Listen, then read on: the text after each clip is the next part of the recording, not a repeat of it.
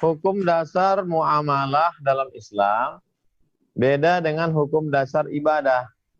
Hukum dasar muamalah interaksi sosial dalam Islam al-aslu fil asya al-ibahah.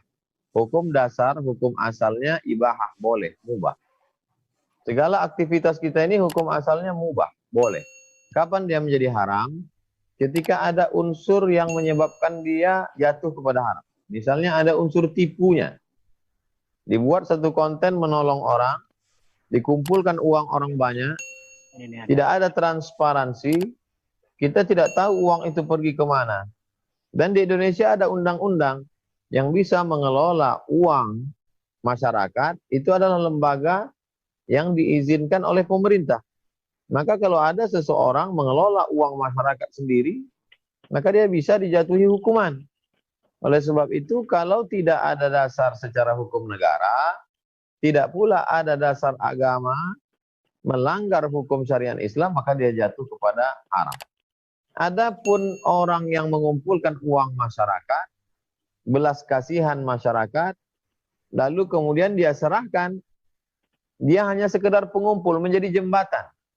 Kami misalnya di Pekanbaru, ada orang yang kaya yang sibuk sampai tidak pernah ketemu orang miskin.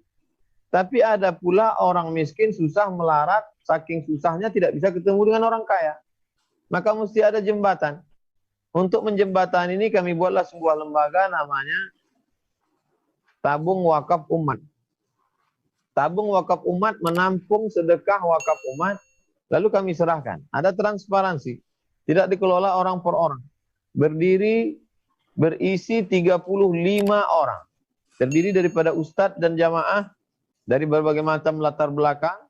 Punya program pendidikan, program ibadah, program ekonomi, program sosial. Bisa diaudit. Kalau masyarakat tidak percaya, kirimkan auditor. Bisa diaudit. Dan terdaftar di Menhukham, Kemenhukham, Akta Notaris. Jadi secara hukum negara legal dan secara hukum agama juga dia sebagai lembaga wakaf, infak, sedekah yang menyalurkan uang umat. Dan kita tak ada tipu-tipu. Nah, bila terjadi penipuan, maka secara hukum fikih haram, masyarakat mengadu kepada pemerintah, nanti kemudian Bapak polisi menangkap, dituntut oleh jaksa, Pak Hakim mempertimbangkan dijatuhkan hukuman untuk memberikan efek jera kalau terjadi penipuan. Tapi kalau tidak, maka ini motivasi bagi umat.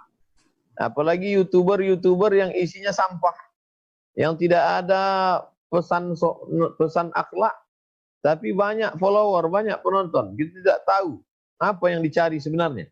Tapi kalau ada YouTuber yang isinya baik, lalu kemudian hasilnya membantu orang susah, kemudian tidak ada unsur tipu, tidak ada unsur menganiaya orang lain, di dalamnya ada unsur ta'awun, tolong menolong, maka ke dalam Al-Quran kita disuruh wa ta'awanu 'alal birri wat taqwa, tolong menolong dalam kebaikan dan ketakwaan, wala ta'awanu 'alal ismi wal 'udwan, jangan tolong menolong dalam permusuhan dan dosa.